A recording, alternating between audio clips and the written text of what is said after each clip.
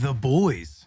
Welcome to another episode of Bussin with the Boys. I am your host, Will Compton, co-host Taylor Lewan. You already know the deal. My man's in training camp, the off days, the games, the scheduling. Sometimes things just don't line up. My man, he obviously eats, sleeps, breathes football right now, so when he has an off day, unfortunately, his family's a priority over the bus. But welcome to another episode. Subscribe if you can take a minute right now, whether you're driving, you're at home watching, whatever the issue is. Subscribe to the boys. Follow us on Apple and Spotify. If you're a Google Play person, and every time like I go on these little tangents and I always leave out Google Play, well, here's the shout out. No free shout outs to Google Play. Subscribe to that as well. Run up the numbers on YouTube. If you're watching on YouTube right now, just go ahead and drop a comment. Just say pro vibes. I'm here for the vibes. Just leave that comment in the comment section. We're going to have a great time, but help us hack this algorithm and run these numbers up. But before we get into the episode, this episode is brought to you by our most prestigious partner of all time, and that is the Chevy Silverado. We know that every team starts the season undefeated. For the first month, everyone has a shot. We're like the freaking... I don't even know. I don't even know where I was trying to go with that. But one team has already won it all. That team is the Chevy, and its star player is the Silverado. According to J.D. Power, Chevy is the most awarded brand for new vehicle quality, and Chevy Trucks has won more new vehicle quality awards than any other brand. That's some serious hardware. Did you know that, JP, Jack, Blas? Did you guys know that? You might have known that from the ad last week, but that's news. That's news every week. That Chevy is the number one car dealership in the world. I think that's the world. But champions don't stop. They keep moving forward. And that's what the Silverado is all about, moving forward from the LT model to the most extreme Silverado ever, the ZR2. Chevy gave the Silverado a new interior with larger infotainment screen and digital instrument cluster. They gave it towing technology and up to 14 available camera views. That's some high quality shit. It's always truck season here over at Bussin, but now it's also tailgate season. And what better way to roll up to a tailgate than in a Chevy Silverado, boasting a larger, more functional bed than any other competitor. And in that bed should be the new cornhole tables that we are selling, and also the table where you place cups, 10 cups on each side, and you throw ping pong balls in them. Head over to Chevy.com to learn more about the Chevy Silverado. For JD Power 2022 U.S. award information, visit jdpower.com/awards so you can check out all the hardware that's been going on over at Chevrolet. The boys, we prefer Freeland Chevy. You guys hear it every week. If you live in the greater Nashville area, hit up the boys over at Freeland Chevy. Now, weekend update. It was a fun weekend. Did you guys enjoy your weekend? Yeah. Can we get a little bit more I know, energy? I'm I trying to feel think like of- the energy's a little like low right now. Like I just told everybody to comment pro vibes or I'm here for the vibes. Like we need to have some vibes. Yeah, Monday caught us real quick. Are you tired? I don't know if it's tired or it's a tough feeling to describe. Yo boys did go out on Saturday night Oh, yeah. because the group chat was lit Saturday. up. The group chat was lit up. Jack, you already knew what vibe he was on. Yeah. You could feel the energy in the group chat. You too, you're traveling. You're like, oh, I'm over in this area of Nashville. I'm ready to go travel to you guys. I don't know if that happened. It happened, and then Taylor Irish exited after we said what's up to each other. He was like, hey, man, go get a drink. Yeah. I could kind of sense what was about to happen. So the game got over with. For everybody listening, the game got over with. The Titans won. And, the vibes are obviously elite at all times with the boys. So Taylor was seeing like where everybody was at afterwards just to go say what's up, apparently. And then Jack was over at Acme. JP was over, were you on Demumbrian? Yeah. JP was over in the Demumbrian area. And Taylor pulls up. I didn't know. I'm sitting at home. I forget what I'm watching. And just thinking like, oh, these boys are about to like have a long night. Oh, But apparently no. it didn't go that way. No, it wasn't a long night. Oh, it was? Yeah. Did it end up at Because Taylor, I had some friends over at Acme. We were getting some food after the game, and Taylor's like, "Yeah, I'm gonna pull up," and I was like, "Yeah, he's not coming. He just played, but he showed up." I didn't think he was going either. I'm like, do you No. really want to go out? Like, But you really he want to was- go downtown after a Titans game? Like, big dog, Taylor. I know. Like- That's why I was a little shocked he was there. But I mean, he came. He was a good sport. We got like a drink, and then basically that was the end of the night. And then just kind of went Just home. exited out. You Yeah, showed up. You made your way across, and then he dipped. Yeah, but To his credit, he came down and he got me. I was able to skip the line. Ooh. I got the Taylor Lewan treatment, which huge shout out to him for that. Is that a shit? That's I'm a surprised. Like, is that your shout out? No free shout out? Like getting to skip the line? That's a decent. Great one. we're gonna have to cut this. Just kidding. Just add it to the list. You know, Yeah, a little down the list. line. But yeah, no. So shout out to Taylor for hooking it up. Yeah, the boys, they got did they win the first preseason game? No, we lost against the Ravens. Oh, that's right, because we were trying to hand them the first preseason loss ever, because that matters. Yeah, they won like 22 straight. I love seeing everybody just argue on the internet about it too. Like, it's obviously they got a long streak going. You're going to shut out the streak, and then everybody's like, oh, if preseason fucking mattered. It's like, hey, I think Adam Schefter's just trying to deliver like just some news for the boys, some positive vibes. And everyone just gets all up in arms about it. I thought we would dethrone them. We didn't.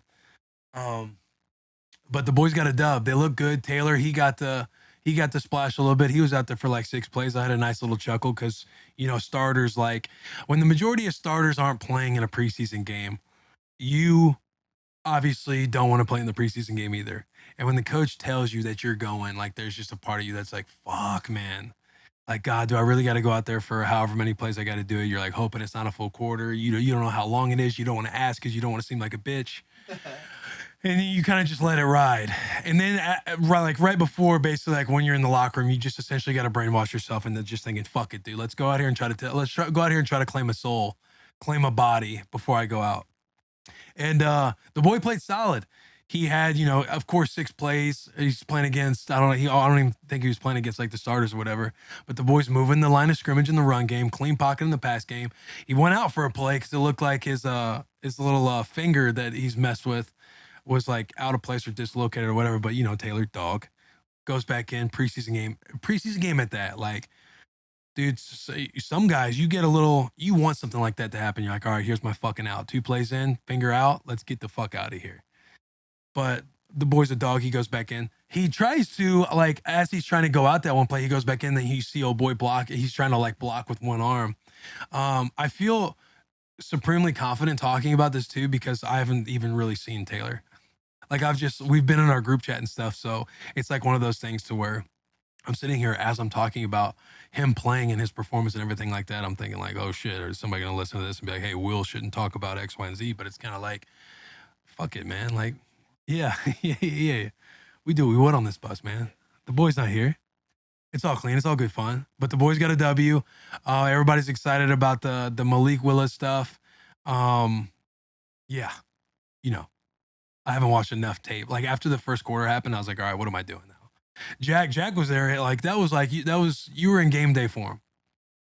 Yeah, I guess. Right into our boy Buck Rising.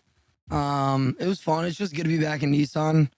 Weather was great. Me and Garrett both were there, so just getting a couple beers, watching some ball. Obviously, after, like you're saying, the first quarter, it kind of tails off a bit.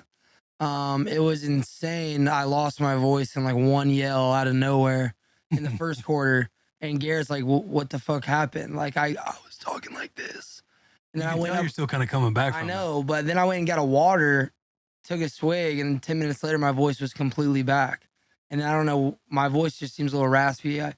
I'm with JP. I'm kind of in this weird, like, I don't know if I'm tired or if it's like, there's something in the air, I feel like, today.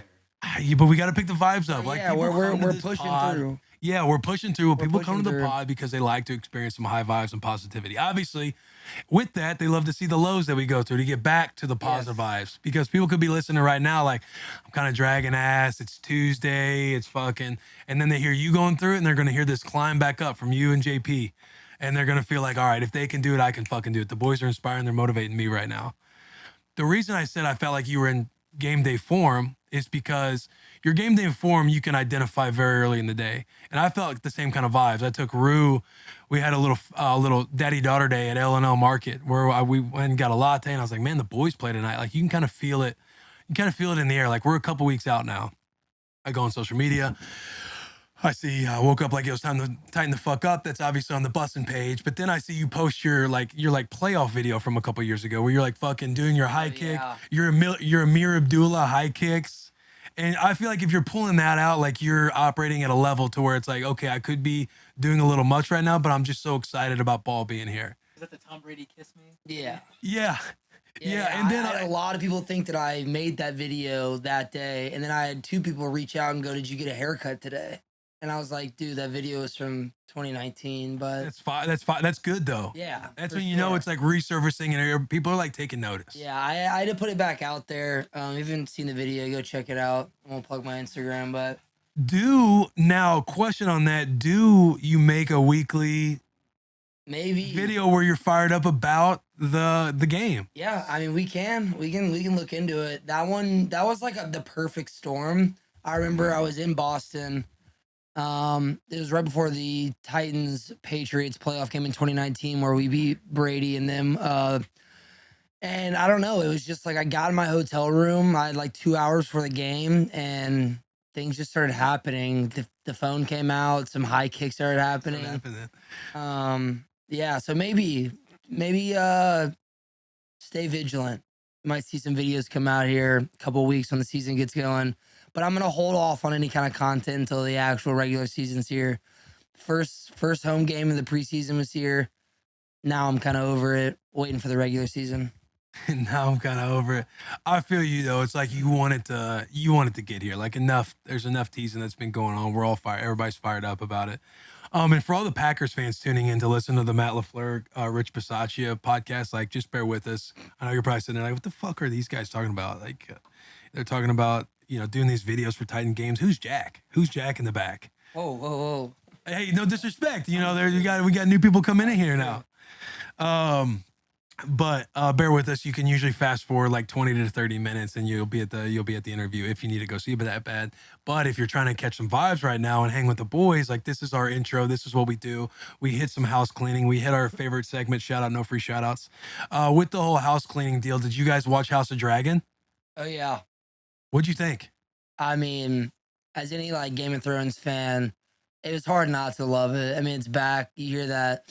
Dun, dun, dun, dun, dun, dun, dun, dun, dun. Yeah, I thought it was phenomenal.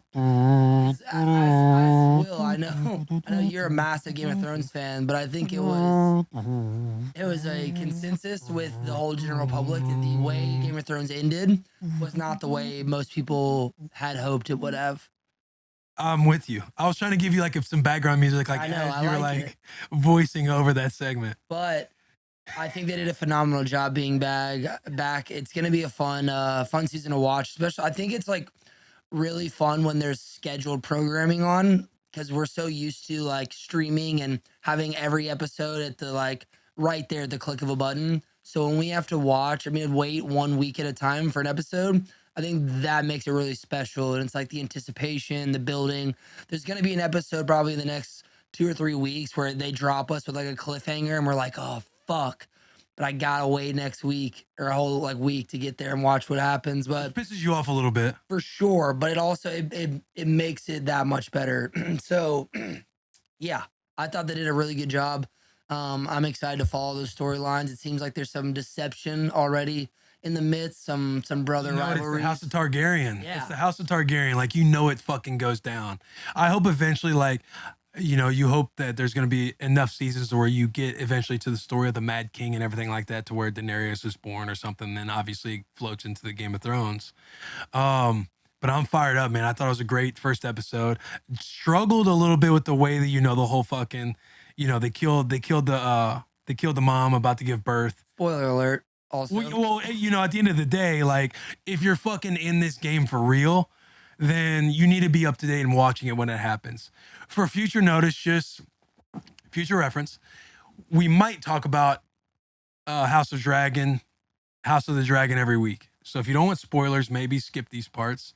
However, if you're truly about that fucking life, which you should be, JP's not, he's never seen Game of Thrones, and we can get to that in a second, because T's and P's to the boy. I truly do feel bad for people who haven't watched it, because it is an incredible show. I thought that part was tough, man. Making that little tough decision right there. I thought it know. was pretty fucking hardcore for a first episode. Especially for, a recently new father. Yeah, I was hitting a little bit And differently.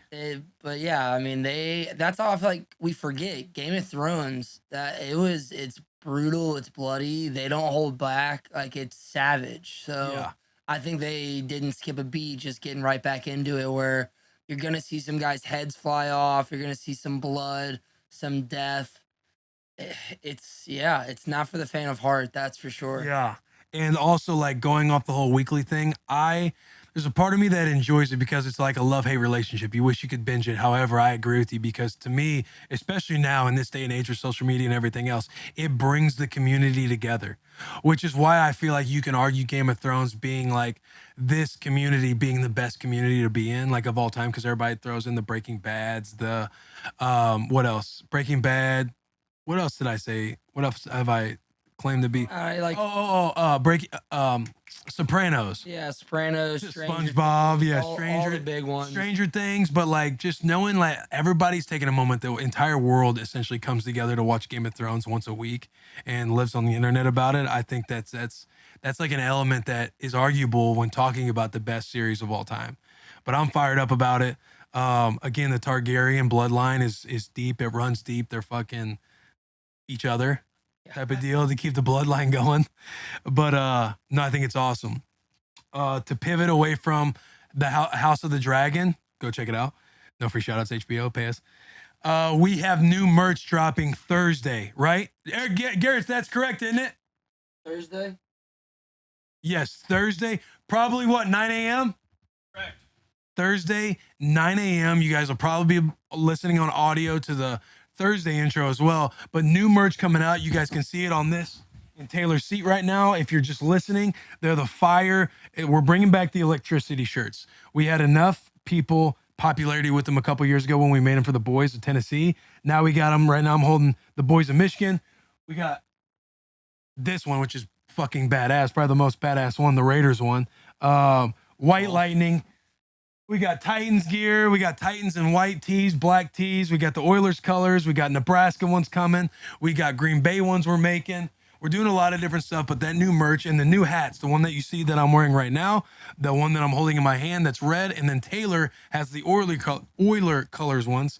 We are also in production of making other colors for other teams. So if you want your team, make sure to be loud, be proud on social media so it catches our attention. But that new merch drops on Thursday at 9 a.m. in the morning Central Time. They're going to probably sell out. I'm going to be honest. The whole boys merch last year did incredible numbies. So shop early, shop fast, shop often. Garrett, did I miss anything? You didn't hold up the Tennessee Titans one very well, so a little disrespect for the local fans. I think you took that a little personal. Absolutely, I did. Here's the Dang. Here's the Tennessee one. Here's the Titans one. It's fire, boys. I think the electricity. I love that we're bringing it back and we're making them for everybody else. Shall we get to it? Our favorite segment of the week. Shout out, no free shout outs. Do we all have them? Are we ready to go? We interrupt this episode to bring you Duke Cannon. No free shout outs to Duke Cannon. Duke Cannon deodorant is made for guys who run hot, but I do want to intercept this ad because last week the boy ran out of deodorant. Duke Cannon has just stocked us with product and everything else. So I'm like sitting over there looking at all the different products. I'm like, oh, I'm going to grab this. I'm going to grab that. There's one thing that I've grabbed that might be my favorite now. It might be my favorite scent. My wife loves it. Anytime we have a nice little smooch, she just raves about this smell from the face wash, bro. The face wash, the coal mining face wash, where it's like, I don't know what the scent is or the ingredients in it, but the coal mining face wash, dude, it smells incredible. I came and got the deodorant. I came and got like the travel bag. Like we're over here shopping in our warehouse with the Duke Cannon product. But I grabbed the face wash because I'm like, all right, I need a face wash. I always do the thing where I take the face wash into the shower and then I leave it in there. And then at nighttime, I need to go into the shower and grab it. So I need one in both spots. But the coal miner's face wash, dude, that's my hitter right now. That's the vibe I'm on. You can check out Duke Cannon at any Target or go to dukecannon.com and use code Bussin, and we got you for a hookup of 15% off. That is dukecannon.com using code Bussin. Back to the episode. Boss, baby, we haven't seen you in a while. Kick this thing off, brother. Yeah, it's been a while.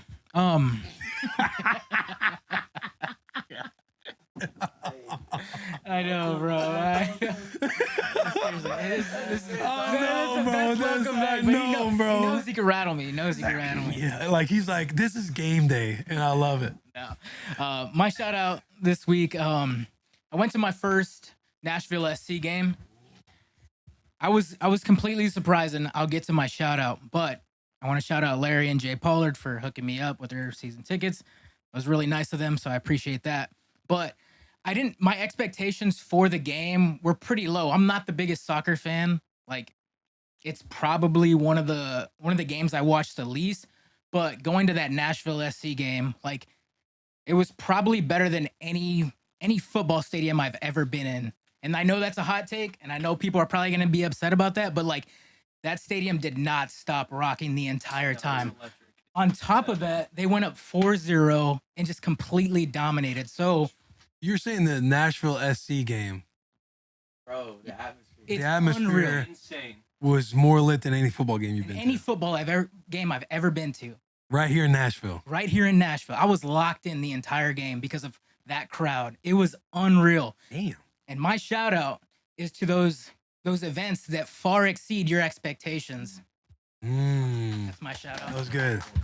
That was a good one. That was a good one, brother. I'll have to check that out because that's you saying that. I was like, okay, let's pump the brakes. But everybody's back there nodding their head. Rocking, it's tight. Dope, bro. It's crazy. I was shocked. Oh, good one too. Thought you were in the shot. Bro, I was Honey went off. He went off. Garrett, Jack, who's holding the mic? Who we got next? I'll go real quick. My shout out, no free shout out, is gonna go to Amani Hooker for rocking the boys merch on game day. Ooh, A little throwback piece, but when I saw that, I was like, okay, let's go. I know. Like when the boys are bought in, there's just like a different energy For real. about it. Like when you see the athletes rocking the merchandise and Taylor wore his Right. Michigan gear. Appreciate him wearing the new unreleased stuff. But when I saw Amani, I was like, yeah, oh, let's- yeah, it's like let's Taylor. do it. Like this is your business as well, so you should be rocking the merch. But when you see the athletes bought in for the photo ops, like that gets you going, bro. Yep. That's my shout out. Jack, light it up. I know you've been waiting on this thing. Mine's pretty simple this week, but it's something that I never take for granted, and it is no free shout out to like long hot showers. Yesterday I was feeling a little tough after the game, but dude, I will sit in the shower if I don't have to worry about it, like the water getting cold or just paying for water in general. Like if I'm at a hotel, I'll sit in that bitch for like an hour. And it's just so nice. It kind of like falls in line with like my steam room take the other week. But like sitting in a long hot shower is just like, it's like the full reset. You kind of just like disappear from the world for a minute and not have to think. You just like letting the water hit you. And I just, anytime I have the opportunity to take a nice long hot shower, yeah, shout out water and shout out easy accessible water. So we're very fortunate that we have these incredible facilities that is, my bathroom. So shout out to hot showers. All right, man. Hell yeah. JP, let's go, brother. All right. My shout out, no free shout out. I can't decide if this is going to go to the driver or the animal, but it's when you're I driving. already like how this is starting. Yeah, it's when you're driving and a squirrel or something runs out at the last minute in front of your car and you make a move and then you're like, oh, did I hit it? Look back and you can like see it still alive. And you're like, oh, thank God. Like I still got it. I'm sharp on the wheel. But at the same time, it could also the shout out could go to the squirrel, like being elusive. No, brother. Them Call the animals driver. go. Word that I'm not gonna say, but them boys are pure idiots when they run in the road. Those animals fucking run in the middle of the road and will stop. And they might be in a panic, but it's like, yo, just fucking, there's vehicles coming everywhere. You got to time that road. You got to time up that cross. Right. You know what I mean? Like, No, I'm with you. It could be a shout out to the animal. Like, not at all, bro. It couldn't be dumber when they get in the road. They get in the road and just freeze and will turn in like, look, like, oh, this shit's coming about to end my life. And you basically just maneuver like you might hit Right. another car. You put your own life An animal runs down, I go, this fucking idiot. Just fuck. So shout out to the driver then. Shout out to the driver for sure. So shout out to evading animals running across the street. But that's ultimately like you want to shout out the animal because you're like, you love animals. Yeah. It comes from the heart. Yeah, 100%. So Shout out them animals out shout there. out to animals. My shout out, no free shout out of the week, goes to just filled up my gas tank. And there's like that level of pride of I wish people could understand my untapped potential when you consistently drop that gas right on the dollar sign you're trying to hit. Say you fill it up and it's like $50. When you hit that 50 and you see that 50.00, you kind of look around with pride. It's same with like the microwave. Like you always try and time the microwave. However, the microwave, it's almost like this impossible feat that you'll always go after, but something with the technology won't really ever allow it to stop in the middle of the beep. But on a gas tank, you get to see if you go over, you go beyond. So like hitting that thing right at the number you were wanting, and you might look and see if your wife or somebody in the car like saw the same thing. Cause there's like I have so much potential that I still have to tap into that I wish the world could see. But my shout out, no free shout out goes to, yeah, click on that thing on that gasoline on them zeros. So fucking stupid. All right, so Packers fans, everything you've been waiting for is this moment right now.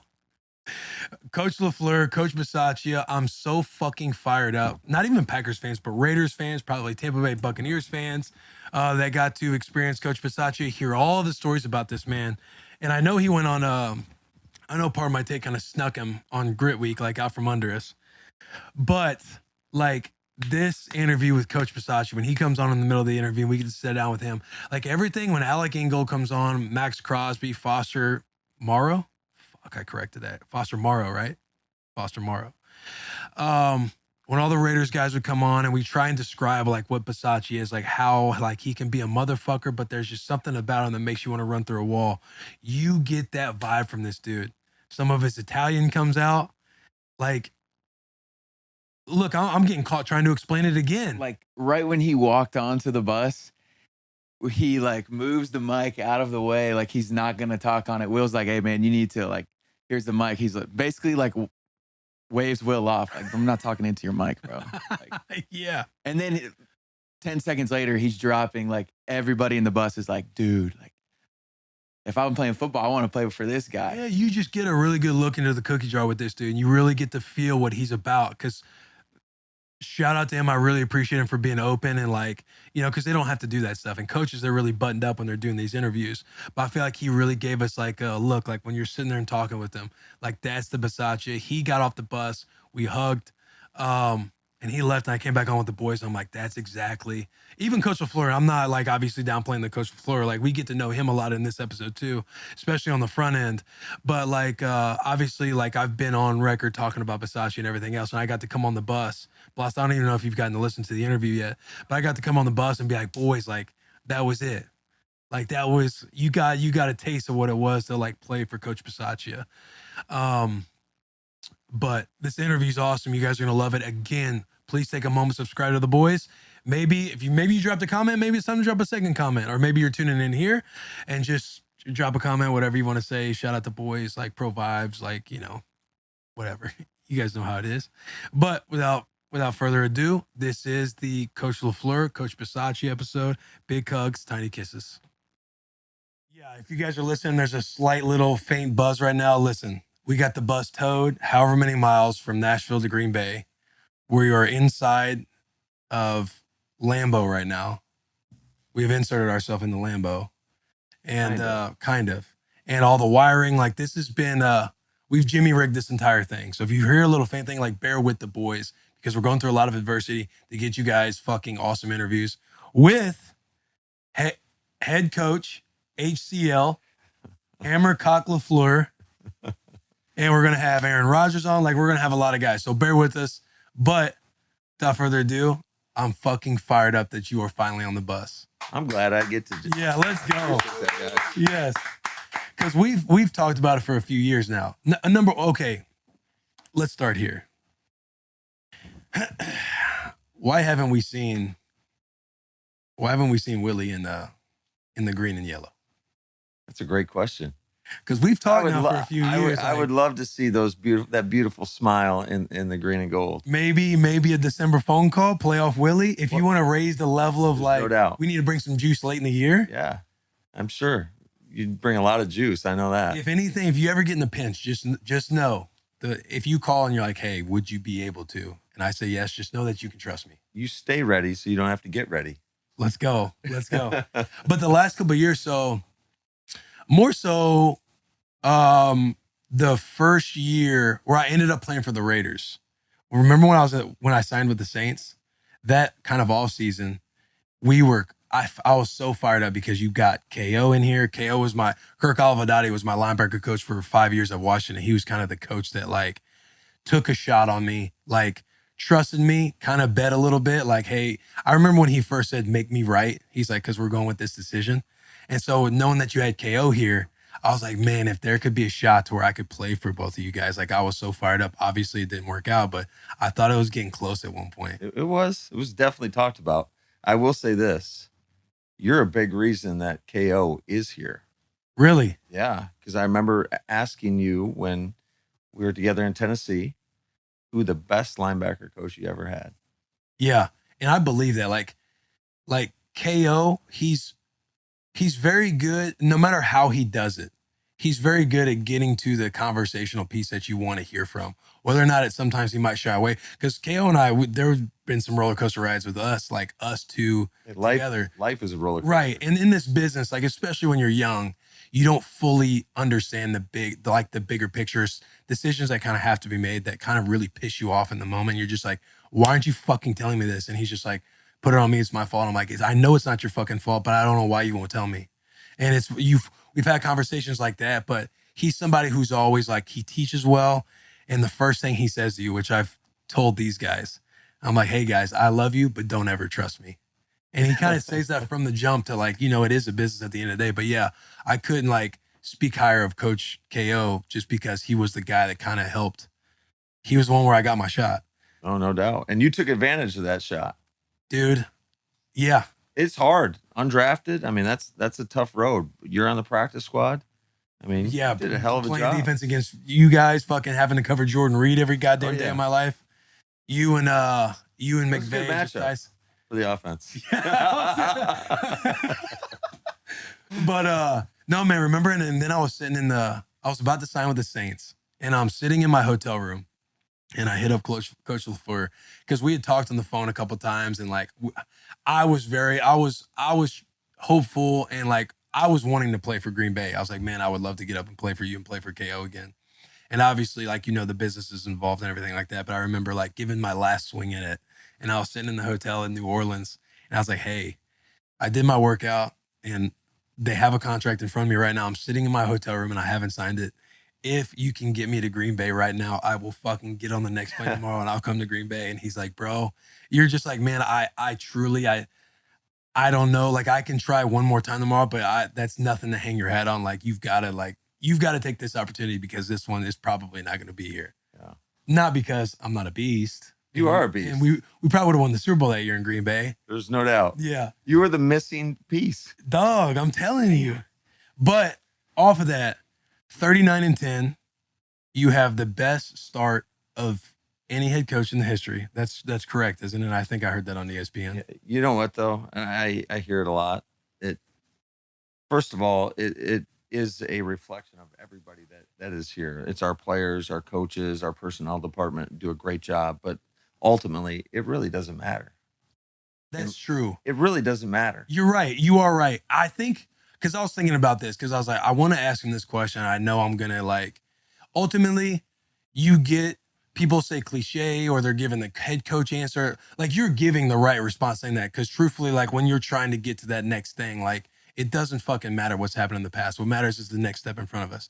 But what I want to know, which I think is good, and I think what makes this thing work with us at times, is diving into the perspective of like, do you ever sit back and like have perspective for yourself and like, not in an arrogant way, be like, I've done this, but have an appreciation for how far you've kind of come and started off like this. Whether or not you can say, I've had arguably the greatest quarterback. We've had the best players, or I got to come in this situation. Do you ever have a perspective where you can sit back and take from that perspective, and then you make it relatable to everybody because people are like, okay, he is a human and he does appreciate his wins because I get it that you're fucking like, it doesn't matter. And we got to win a Super Bowl and I'm 2-3 in the playoffs and all of those fucking answers. Thanks for pouring salt in the wound there, Will. Well, I say that because I feel like that's something you'd be like, at the end of the day, I'm this, I'm that, because while you're going, you're also preparing for your whatever. If there ever is another gig or your next boss, like you always got to be this certain fucking person that's got it together. But do you take moments to appreciate and see the body of work that you've put together since you've been here? Well, for myself, it's never it's we. And because like I told you earlier, it takes a lot of people to make this show go. And first and foremost, it starts with our players. And we have a lot of Pro Bowl type players, but not only are they great on the field, they're great in that locker room. And I think that's what I guess if there is a moment to say that all you can do is lay out a vision, and then it's on everybody else whether they want to choose to follow that vision. And we've had just great people that have come together for the betterment of the team. And I think that is probably what I'm most proud of. And it's not the wins and losses. And certainly we all know why we're here.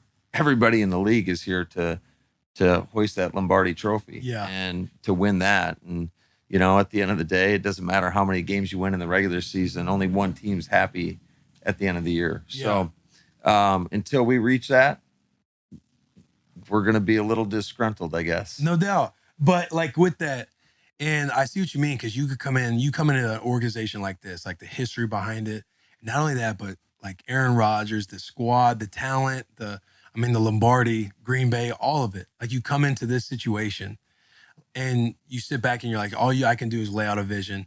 And I'm proud that we all found a way to like come together. Like what were some things that you felt like you had to kind of add to your toolbox or your bag or whatever the word you want to use coming into this situation, being an offensive coordinator, being the head coach of this and trying to get people to buy into that, or you even being like, what are things that I need to buy into? Like what pivots have you had to make becoming a head coach? Well, I think you're constantly learning, but I think it all starts by hiring the right people around you. And it's okay if you don't have all the answers. You can lean on each other. We have a lot of open dialogue, not only with our staff, but with a lot of our players as well. And I think I'm of the mindset that collectively we can figure it out. Not one person has all the answers. So that's kind of how we operate. Is that hard to do in a business like this? Like, usually there's, people have titles and you come in and if you have like an open dialogue style of like, hey guys, like don't be afraid to fucking speak up, like, because we all want to learn from each other. Do you feel like there's a growing pain in that, especially coming into such like an alpha mentality, like masculine environment in business? No, 100%. And I think people aren't necessarily used to that in our business as much, although I think it's starting to trend a little bit more that way. But I think it all goes back to it's the relationships, right? People getting to know you getting to know them. And then that's where you can have real, honest conversation. Yeah. Getting into the end of last year where, you get into the playoffs, you don't make it to the Super Bowl. Obviously at a place like this, the standard is a Super Bowl. Like you guys have been to a couple NFC championships. At the end of this past year, what were a couple things that you went in, whether you closed the door with coaches in there, just yourself, your most trusted people, to where you're like, these are the things we need to fucking tighten up, or these are the things we need to fix? Because obviously you probably get a sense of being very sick and tired of making it so far, being like the best team in like the regular season and being like, what is it going to fucking take to just get past this goddamn hurdle? Well, yeah. What were a couple things you look at and some changes you might have made or things that you look to? Yeah, I think, well, you do that every year. You always look at, what went right. What are the things that you got to fix? And then certainly when you get to the playoffs, I was talking to Sean McVay about this. You know, it's like it's the closest thing to March Madness. I mean, the competitive balance is so close, and it's a play here or a play there, and from playing in this leagues for so long. But certainly we've had some bad mistakes at some really bad times. So you look at, obviously last year in the playoffs, just we were pretty much in control of that game, although we weren't playing very well offensively. I mean, our defense they showed up. Yeah. And they were playing as good as I've ever seen our defense play. And then you have a miscue at the end of the game with the block punt that gets returned. It stings. It still stings. It's always going to sting. But it's just because you can't. Those opportunities are so precious. You got to take advantage of them when you're in the moment. So you always try to reflect and take as much emotion out of it at the end of the season, which is hard to do. Right. And I wish the league would just like shut down for a couple weeks to let everybody kind of decompress, but that's not the world we live in. Yeah. So you've got to make quick decisions, and you got to try to make them without being emotional. And like I said, it's so hard to do, but the opportunity to get a guy like Rich Bissacia in here, Ooh, boy, yes, it presented itself. And it's one of the toughest part, I think, about being a head coach is saying goodbye to other people, letting guys go. And that's something that I'll never get used to. But it is part of the job. And you always have to have the interest of, there's so many people associated with our organization, not only just our coaches and players, but personnel and just everybody that works here. And so you always you have the responsibility of looking out for everybody within the organization. Yeah. We're going to step aside from the episode and we bring you guys Revitalite. Revitalite is an advanced rehydration solution designed to replenish vital fluids and minerals. It's powered by the same electrolyte formula found in the baby aisle, but with an improved taste and texture more appealing to adults. Revitalite is conveniently sold next to beer, wine, and liquor, so you can shop like the big boys and hydrate responsibly. Barstool Black Label, their berry frost flavor, is the hitter. The pro tip is to drink half at night and the other half in the morning after for optimal results. Pick up your Revitalite Black Label today in store or online at the Barstool store, and tweet at us or tag at Drink Revitalite in your morning after stories. Back to the episode. Does it get harder? Like, this past year, does it sting more than the years past? Like, obviously they all sting, but was there a sense of like, God damn it, dude? I can tell by your grin. Like, sure, absolutely. But like, there's no, like I said, all you can do is reflect, try to learn from it and move on. And it's a new year. And so it's not something, unless I'm asked about it, that I ever put much thought into it at this stage of the game. Yeah. Where are you at mentally? Like, how's the offseason been for you? Like, being in that box, like you explained, like you wish that you could have like a 2 week, like just fucking try to remove as much emotion as possible. But obviously the farther away you get from it, the more outside of the box that you get. Like, where are you at now? How do you feel like going into this year and everything? I feel great. It was a really good offseason. A lot of transition, which, creates a lot of unknowns when you lose so many important people on your coaching staff. Like a Nathaniel Hackett, Luke Getzey, Justin Outen, Mike Smith.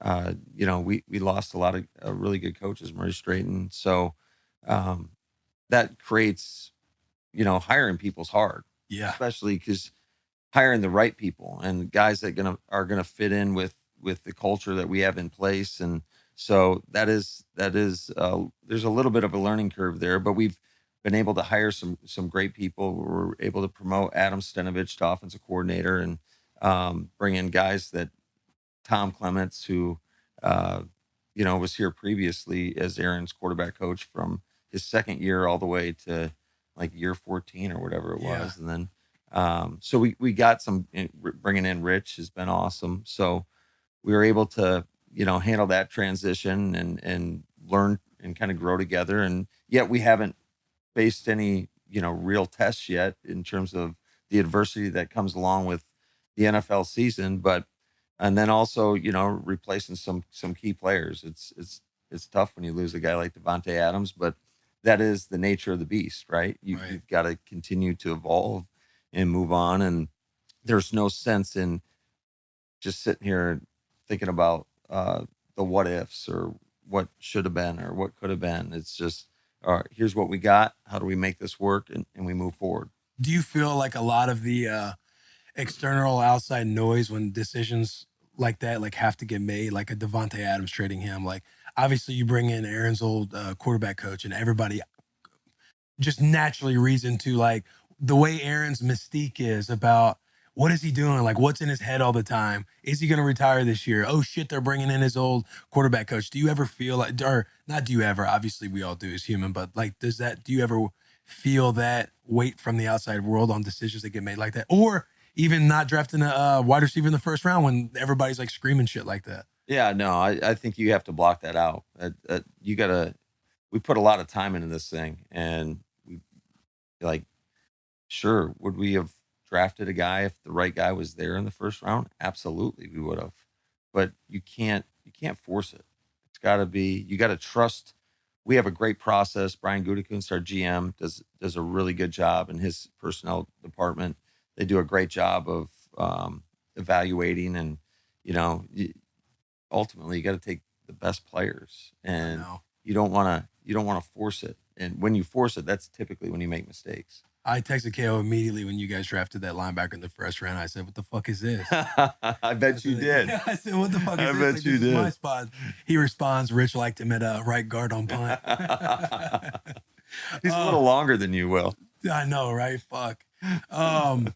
But I want to get more into like your coaching career because you've had quite the fucking come up. We were talking about a little bit on the bus, and you're very you have a very like stoic approach about, it's all playing, meeting the right people, taking advantage of the right opportunity, like relating it all to life. But like looking at your background, like I didn't know you played for the Omaha Beef, number one. You didn't know it? No, Dude, bro. I was right there, man. No, you play for the Omaha Beef, like you played in the indoor fucking football league, and then you go into The coaching. NIFL. The NIFL, bro.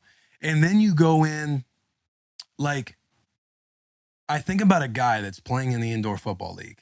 And it's not like I'm trying my best not to be sounding disrespectful. No, you can be I'm not being disrespectful. It's okay. But like, like you sit there and you think of a guy in the NIFL, the indoor football league, who goes into Division II coaching. And then, through probably a connection there. And then from there, you start climbing the ranks of your coaching journey. You get a little higher. Then you go to Houston. That's where it seemed like you meet Coach Shanahan. You go to Washington. Then you go to Notre Dame for a year. Then you get back into it with Atlanta. Then you go to LA. Then the Titans. Yeah. Now you're here. There was a lot of moves. Bro, a lot of moves. Although my wife always tells me, she's like, you don't move. You relocate. I move. Dog. So that's got to be tough on the family, number one. It is tough. It is tough. But our kids were young enough where it didn't really affect them. Yeah. And they got to, live in a lot of cool different cities and meet a lot of new people. Yeah. But no, it's that's life, right? Is just being presented with an opportunity. So going back, my dad was a college coach at Central Michigan. Reflect a little bit on your coaching journey, because I want to talk about some of the pivotal moments that probably took place as you continue. This might bore everybody, but my dad was at Central Michigan for a lot of years. He gets fired my senior year of high school, so I was going to walk on there. Ended up, yeah, he got that. Yeah. Hey, there's two kinds of coaches who've been fired and coaches who are going to get fired, typically. That's a bar, yes. So, but he was at Central Michigan. Anyways, to make a long story short, I went to Western Michigan, transferred to Saginaw Valley, played against Brian. Oh, shit.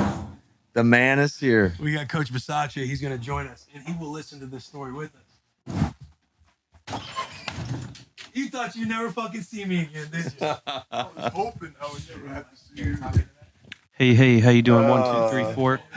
I'm Rich. It's, hey. How you doing, man? Yeah, what's up? It's What's a little up? steamy It's in me. here. Yeah, why don't you No. join us? Okay, We do, but we got the background noise. we're good. Take a seat on the couch. We've been waiting for you. Welcome to my meeting room. No, don't worry about it. I didn't know what I was supposed to wear. Here, I'll take it off. It's hotter than fuck anyways. Right there. Coach, thanks for coming. They've heard a lot about you. Garrett, Jack, JP. We're just in the middle. He's reflecting on his come up in the coaching ranks, and he's talking about his dad a little bit right now. But I was talking about how he was an indoor football You player like with the first Omaha Beef. What? thing? That probably makes Coach Bisaccia. He doesn't. Got plenty of film on Will missing blocks on pumper. So we won't put that out. Sure. Yeah, you got to get this thing right. Like, I know you love your coffee, but come on now, the details. Look like you quit lifting. Come on. Ooh. You know this I looked in December. We're just talking about how I'm coming back in December maybe at some point. He says he stays ready, so he don't have to get You ready. using my shit. Oh, I love that. You That's great. FaceTimed me last year. Hey, can you cover a punt? We were covering punts the next week. Let's go. But yeah, so your dad gets fired. Yeah. You're gonna walk on there. Yeah. Go to Western Michigan, transfer to Saginaw Valley. In the meantime, Brian Kelly was the head coach of Grand Valley. He gets that central job after I graduate, and I go to Central Michigan as a grad assistant. And that's where I met Robert Sala. No shit. So you're connected to fucking Sala. So we were roommates. There's a lot of good stories that are probably not appropriate. What's your best story? Give us a good story. Give us No. So yeah, Sala and I roomed together for a year, and he went on and went to Georgia, then got an opportunity with the Texans, and they had a QC position open a couple years later, and he was kind of pounding the table for me with Kyle Shanahan, with Gary Kubiak, and it's rare that a QC gets another QC a job, because usually it's coordinator. They're not in the position to make a and hire. I had met those guys a couple times. Went down to the combine one year. Went to when they were playing the Browns. I was coaching at Ashland University. Went up and hung out with them for a night and got to meet those guys, so they could at least put a face with a name. And sure enough, I'll never forget, Gary Kubiak calls and he said, we have an opportunity here. Do you want to come? I said, shoot, coach, I'll get in my car tomorrow. I'll be there. And so I drove down to Houston from Ohio and, was there for 2 years and got to meet some great people. And obviously Gary Kubiak's a guy that I got a ton of respect for. And Kyle Shanahan was the offensive coordinator. And here it is. Kyle's 28 years old. I'm 28 years old. And I'm thinking to myself, man, this guy can't know that much more than I do. And I was blown away. I was like, holy shit. It was next level. Oh, I was like, man, I don't know anything about football. So it was a 2-year crash course on just learning football at this level. It's like I tell people, it's like getting your PhD in football. And especially when you're learning from really great coaches and good people. And, Coobs, Kyle, Mike McDaniel was there as a quality control. Sala was a quality control on the defensive side. So, I mean, we had a pretty special crew. Yeah, I mean, that coaching tree's there. You guys are head coaches pretty much everywhere right now. But I know you're going to fucking hate talking about yourself, but I'm going to do my best to try to make you do it. When a QC is banging the table for you to get a job and you end up getting the job after you do the meeting and name to a face, like, what do you think that what do you think that you had? What do you feel like you believed in that put you in a spot that you were like, you executed at all times? Like, what do you think made you different enough to get a job like that? Like, what's the shit that you got that put you in a Great position question, like Will. that? I just think it goes back to, there's no substitute for hard work, and you got to be willing to put in the work and try to be as detailed as possible. And I just remember there were a lot of sleepless nights. We had Alex Gibbs was our offensive line coach, and I'm doing the run drawings. And my whole goal on Tuesday nights was to get done with the run drawings so I could go get maybe an hour or 2 hours of sleep. And Alex was an early riser. He'd get in there maybe before 4 a.m. Yeah. And I'll never forget a couple times I'm like just finishing up the last drawing, and sure as shit, I hear the door slam and in comes Coach Gibbs. And I knew there was no sleeping that night. You just stay up, you work all nighters. And then he sees you there, and clearly, like, that's a feather in the cap of this. Well, that's not a feather in the cap. It's like, what the hell's taking you so damn long? So you just, but you do whatever takes to get the job done. Right. Now, going through when you were in Houston, Washington, like you've gotten the opportunity to coach with a lot of great minds. Like, what are things that you feel like you've adopted in your own to put in your own game through like learning with McVay, Shanahan, Vrabel, all those guys along the way? Yeah, there's something that you learn from every situation. What's something that really stands out? So that way, maybe you're not trying to think of too many things. Like, Well, what's something no, that's really stood I out? think first and foremost, just being around all these guys is you got to be true to yourself and don't try to be somebody else because, as a player, you see right through that. And that's not endearing to people. Nobody wants to be around that. So I think it starts with being that. And then, being with Dan Quinn was a great lesson for me. And just in terms of how much fun we can have at work and still get everything done that we need to get done. Yeah. And just in terms of the environment, the culture, it kind of changed my view of just coming to work every day. I love that. How do you feel about my interviewing skills so far, Coach Bisaccia? Hey, Will. Here we go. Look at him. He's already got it down here. Don't stop. You got to get it close to your mouth now. Get that mic or get that tip close to your mouth. Does not sound good, Will. I know it doesn't, but we got to show the operator. How do you feel like your boy's doing? Not punt setting, but It looks like you're doing great. I've met your wife. It's the best thing ever happened to you. let's He wouldn't have got his wife if he hadn't gotten those teeth fixed. she was with me before the teeth. She would have said no saw had I it. not gotten the teeth Yeah, fixed. Okay, right. I got you. Because I met her out in I'll Washington. tell you what, your teeth look phenomenal. I know, dude. LaFleur would every day, because he's on the offensive side, but we'd be sitting there getting our coffee in the morning before meetings, and he'd always come up and call me. Would you call me Smiley? I don't He'd be like, care. man, your teeth look fucking amazing. I'd be, I appreciate it. I spent a lot of money on them. Unlike me, I got buck teeth. Had them this way my whole life. That's So why we got Coach Bisaccia, which is a real treat. I think you still got other stuff you want to talk to Coach about. Yeah, but I'm there's only learning- a certain I'm amount of time. I'm learning. Hey, There's only a certain amount, and I'm sure he's probably sitting here like, let's get some more dynamic in, because No, I think he sold himself short on the last stuff that you asked him. And I think What would it's you hard add? for people to talk about himself. But I've been with him a short time.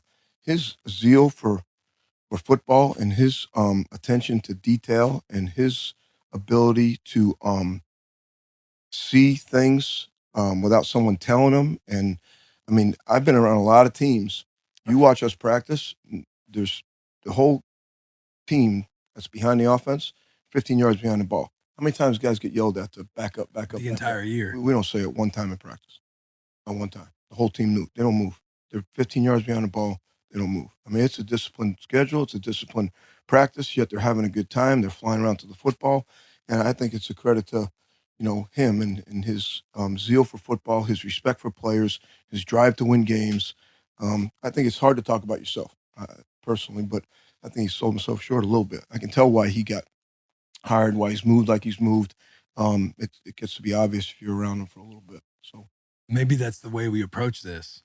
If I have a question for you, maybe I ask Bisaccia. If I have a Sure. question for Bisaccia, what are the don't fuck up the whole interview. I'm no, trying to help you. no. What are the things you've learned about Coach Bisaccia in the short time that you've had him? Because I don't want to toot my own horn, but we all know I love tooting my own horn a little bit. So Understatement. after the year's over, I get a nice FaceTime from Coach LaFleur asking about you. And just the way he probably describes that QC pounding on the table to get LaFleur down to Houston. I am pounding the table, yelling at my phone, telling LaFleur, do whatever it fucking takes to get Bisaccia in the building in Green Bay. With that said, I just want to put that out there in case you get in a pinch later in the year and you're thinking about somebody. With that being said, what have you learned about Coach Bisaccia? Because you didn't really know him prior to hiring him on. Oh no, but I'll tell you what, when he walks in the room, everybody sits up a little bit straighter. Yeah. A little bit. Shoot, the best was our first special team meeting. Rich comes in, he's talking all calm about, not wearing hats and hey, you don't have to wear a hat, but if you do, then get the fuck out. And I was like this. And immediately I was like spikes, a little this, heartbeat Will. happens. Oh shit. I was like this. Well, I took my hat off. Just slowly kind of put it down as you take it. Actually, no, I took my hat was off. I got a lot of respect for him. his career kind of speaks for itself. And I'll tell you what, you know, I didn't even think it was going to happen. I thought the Raiders, if they made the right decision, No question. I mean, there was no decision in my mind. So, but you know, their loss is our gain. Yeah. This is a juicy little. Does he not have some of the best speeches you've ever heard? Oh, unbelievable. In front of in front of men who watch all the football movies, who've been motivated their entire life, but once you get to like a certain age and point in your football or your sport athletic career, it starts to get a little numb. Like, all right, this coach, like you say, you want to play to your strength. Like, you don't want to be somebody you're not. So you can see the coaches who give the bullshit stories or the bullshit cliches. Like, but when he gives a speech, It's like, I'm back in watching Friday Night Lights or Remember the Titans back in high school. No, it's so it's inspiring. It really is. But here's what I love about Rich. He is obviously, he's hard on our guys, and he's going to tell them the truth and be honest. But he's as good as anybody at building them back up as well. Yeah, I mean, how do you do that? I hope you guys are enjoying this episode. I'm absolutely starving. And the boy, all of us, I personally am fired the hell up that HelloFresh is coming on to sponsor the boys, because I used HelloFresh, I think like a few years ago when I first moved to Nashville, had an Airbnb. She was Charo, my wife now, was my girlfriend at the time. And we loved HelloFresh. So I'm beside myself seeing that they're a sponsor for the pod.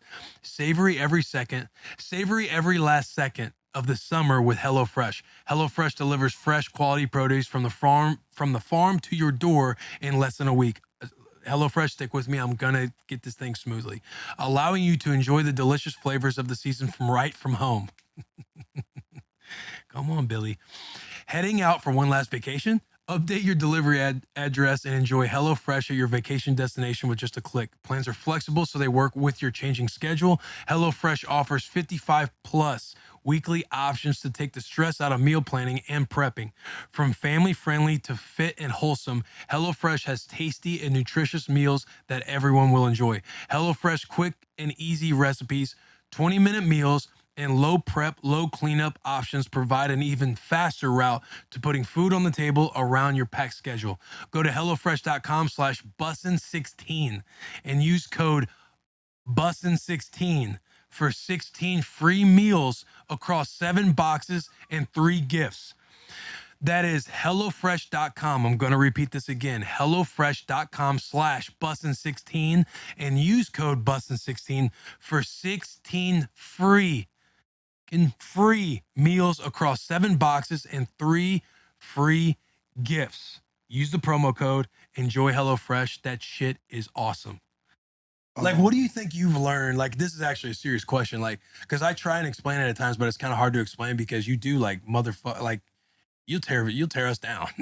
But there's this like bond, I feel like, that every player has with you. And I've only played with you, like people talk about me and the Raiders, or me and like, what was it like playing for Rich, or what was it like when you were there? And I'm like, you guys got to remember, I wasn't there at that time. I've played 13 games total, I think, for the Raiders over the 2 years I was there. Yeah, but you've been around Adam Hayward, who played with me for a long time. But still, it's still like, you know, when you pat dudes on the chest and you talk about why you pat dudes on the chest, you want to feel their heart and shit. Like, you say some shit to where it's like real. Like, how do you think you're able to do that? We're giving all my stuff out.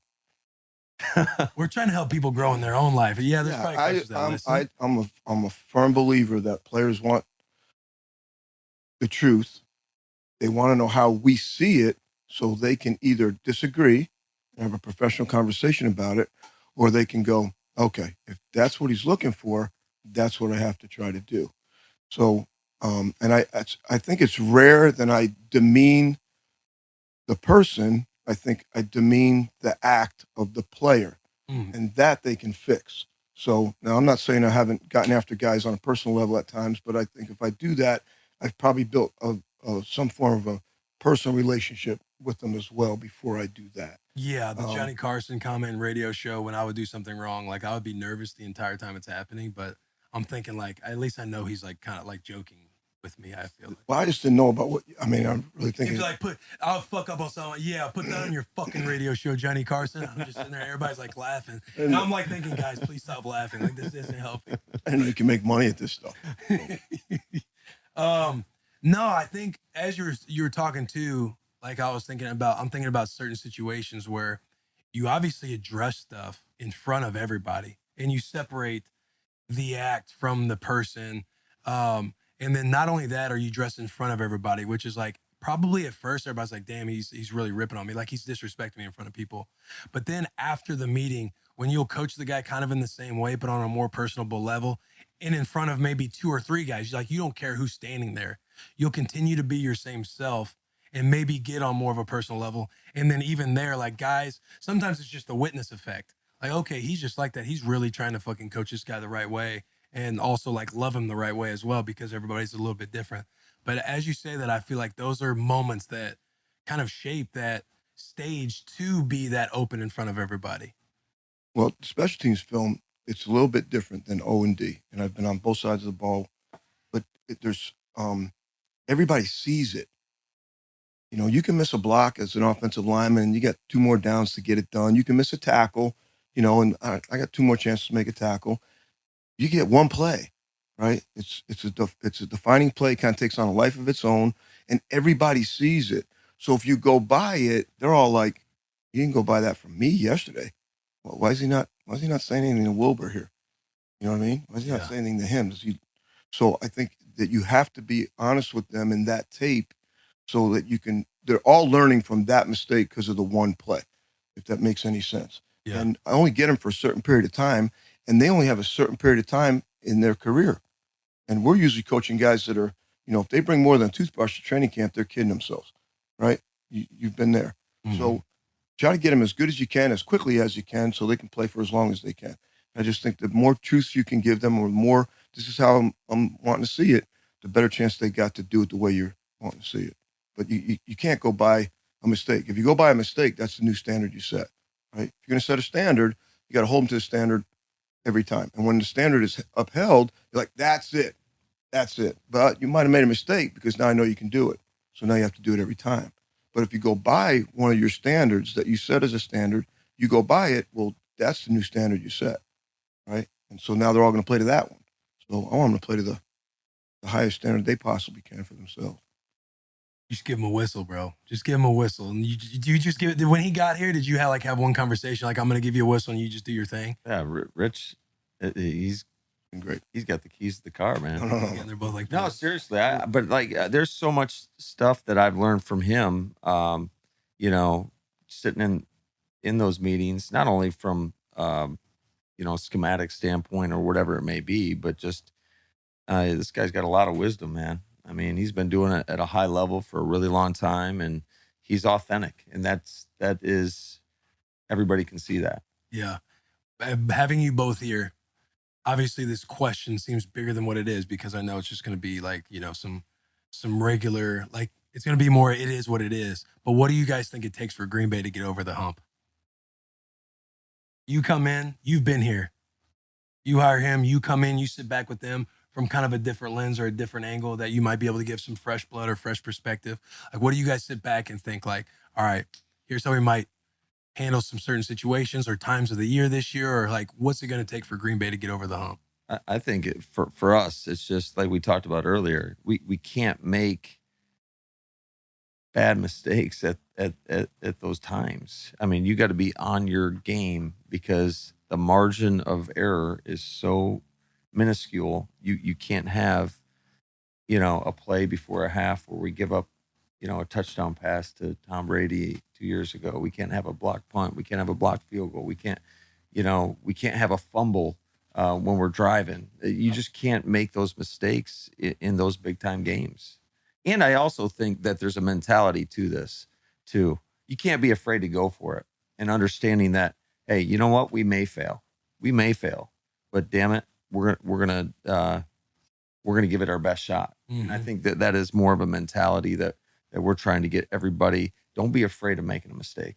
Really go for it, because if you don't, then you're probably not going to get there anyways. Mm-hmm. Yeah, I think he's really good at that, what you just said. He's really good at keep the pedal to the metal, yet understand how we have to finish drives or how we have to finish before the end of the half. Or I'm learning that for him, what his thought process is that way. And I think the other thing he's done a great job of is whatever happens, happen. Don't look in the rearview mirror anymore. Let's keep our eyes going forward. Let's see what today looks like.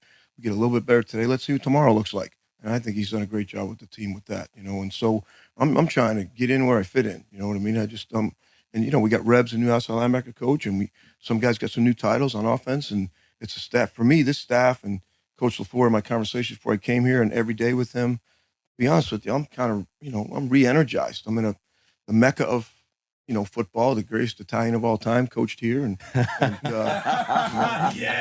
what we want. I get to be with a staff that loves football. They love being around each other. I've been to Coach LaFleur's house like 3 times, and all 3 times he's got an indoor basketball court. Not to call him out, but it's a. Does he come with this little newsboy hat on? It's only when it's cold. It's only when it's cold. I've seen it. Italian. But Oh, yeah. my Oh, point yeah, about man. that is I've been there 3 times, and every kid in the neighborhood is over there playing.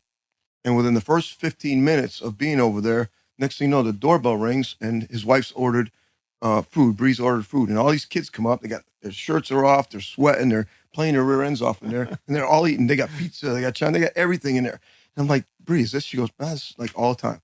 You want to use the pool? Go use. I mean, I just feel like we are trying to build. Coach is trying to build a family community atmosphere within the building, and then I think the players are understanding the difference between that and what it is to have a brotherhood of men and to be accountable to your job and the guy next to you and in front of you and all those things. So I'm enjoying him and the direction that he gives and the way in which the staff competes and works with each other. It's been fun. I've been re-energized. This is a dynamic. I love all of this right now. You guys fucking going back and forth. I want to talk about coaching 12 because you've been around good quarterback. You've been around great quarterbacks. You've been around Matt Ryan. You've been around who'd you have in Houston? Schaub. I love Schaub. Yeah, he's one of the most underrated guys. Right. But like people might hear that and be like, okay, well, pump the brakes on great, but you've been around a lot of like high level thinking quarterbacks that live in the details of everything. What separates Aaron Rodgers, or how does he compare to all of the quarterbacks you've been around? Like when you sit back and you're like, because you're labeled, if you talk to coaches, like you're labeled as like an offensive fucking minded detail. Like how does he come up with certain shit? But when you sit back and watch 12 work, like what has been different about him since you've gotten here? Well, first of all, he loves ball. He loves ball. He's got an unbelievable memory. He'll remember stuff 15 years ago. Aaron Rodgers' memory or Sean McVay's memory? Gun to your head. Ooh, that is a tough one. I know. Sean's got a hell of He's a memory known for too. that bear trap of a memory. They're both up there. Who would you pick? That's a great question. I'm gonna have to go with Aaron. Okay. I'm gonna have to. That's interesting. That's awesome to hear too, because you were talking about some like. I gotta support our players. Yeah, you gotta support your boy. But no, they're both extremely sharp. And but no, Aaron he has a way of. I think I was telling you this the other day. I feel like his left side of his brain and his right side of his brain operate independently of one another. He is the ultimate multitasker. He can be out on the field. He can be observing what's happening with the defense if they're subbing guys in. I can be calling a play, and he can almost be having a conversation all at the same time. It's the damnedest thing I've ever seen. The best was a couple years ago. We were playing Detroit. It was the COVID year. So what was that? 2020. Yeah, when he was and immunized. We're down. Hey, that's part of the humor part. It's all right. Okay. You guys can tell. You guys can be like, this is going to be good stuff. Yeah, I can't wait for that conversation to happen. But I'll never forget. So they showed an all-out pressure look, and I'm watching, the play clock, and it's 5, 4, 3, and mind you, he is talking to Tunyon. You're gonna have to ask him about this. Yeah. He's having a conversation with Tunyon. I'm thinking there's no way he's going to get the ball snapped. He's telling him what to do, and as the clock is hitting 0, he gets the ball snapped, and it was probably going to be a walk-in touchdown where Bobby blocks out and then releases. The old great cover 0 beater, but I don't think he's going to get the play off. So I pop a timeout right before the snap, and he's like, "God damn it, Matt!"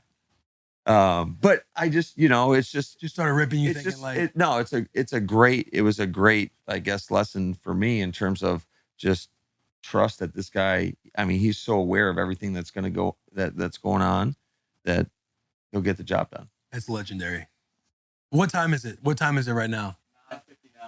All right, cool. Yeah, no, this has been fucking awesome. That's an awesome story. Like how does it, like when he comes over and he's like, God damn it, Matt, is it like is it like a fucking, because you know how the outside world would be too. So like some people will be like, oh, look at Coach Rodgers talking to LaFleur. No. We have that stuff all the time.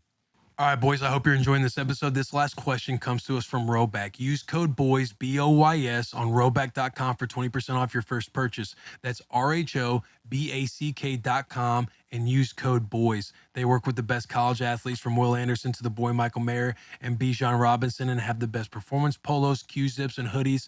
It's all that we wear, and for our guests today, we'd like to gift them Roback performance hoodies on us. I'll have to ship to LaFleur and Bisaccia both individually, but this final question is brought to you by Roback. Well, how did you feel? Here's what I want to ask, because I always tell this story. When I was on the Raiders and the Titans came to town, we obviously lost to the Titans.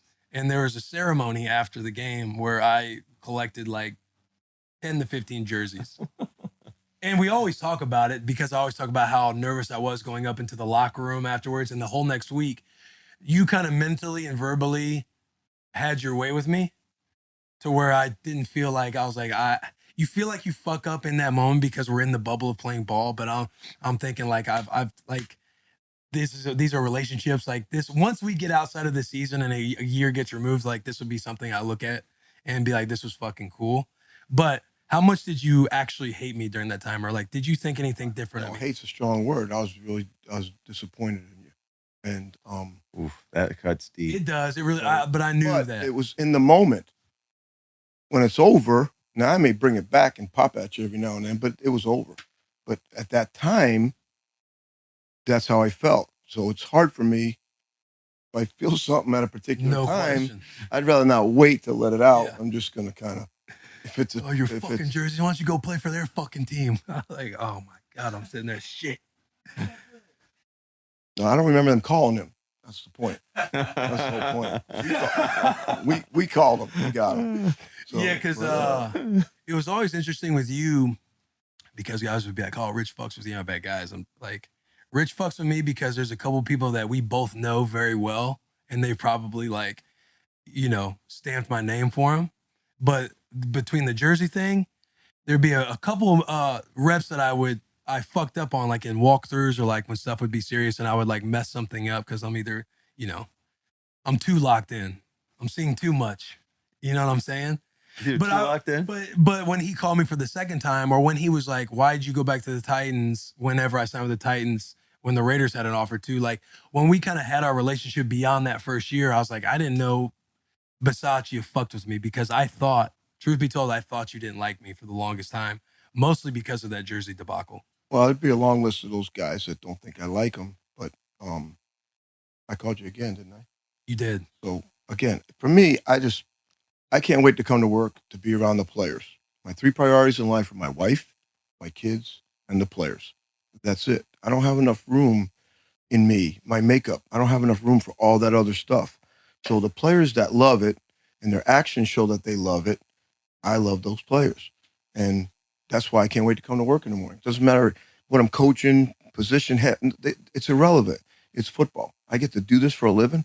My dad worked for a living. He had hands of sandpaper. You know what I'm saying? I get to do this.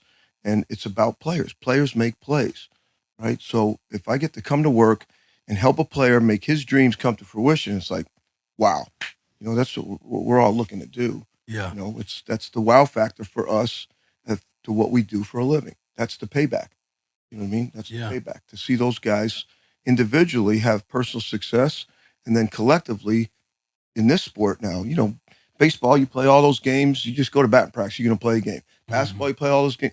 They got to eat this stuff for 7 days. Yeah. Win or loss, right? And the difference, Jason Witten taught me, the difference between a pat in the back and a kick in the ass is 6 inches. So if you stay too long in that pat in the back, you're getting ready to get a kick in the ass. You stay too long in that kick in the ass, you may never get the pat in the back again. So it's a matter of players. I fucking love it. It's a matter you of said players. a lot to say that you love me, and I just want you to know I love you too. I appreciate you guys for coming on. Hey, and just know, I've said this before, but this kind of vibe, this could be every day. I just want you to just keep that in mind. If you guys ever need a right guard on punt, you ever need a backup linebacker, like just know. Well, why don't you tell that story? How you got shit scared that I had to put you at tackle? I'm a better guard. It's because your legs are only this long. No, but when you're on tackle, you're on. You know, you got to be quick now. Fortunately, like, you know, my ability took over. But the most comfortable spot is the guard because you're probably going to get the release and go make a tackle first. When you're a tackle, you have to spend a lot more time like blocking and fucking. Plus the tackles, you have to run better. That's why you're another reason you're better. Well, and I'm trying to get out fast, but you kind of shot me on that one too. But I appreciate you guys. More length at tackle. The whole fucking vibe, like it wasn't until like Washington I got to be on punt return, but it wasn't until Tennessee with Ackerman and then Bisaccia they would just talk about my arms, and I wouldn't even get a look on punt return. Like I wouldn't even. It was like a water break. Can't hold anybody up. Yeah, that's what you thought. You never tried me out. You're like the Shaquille O'Neal of little people. I love you guys, man. I appreciate you guys coming on. All right, well. We got to get the big dog on here because I know we only got like probably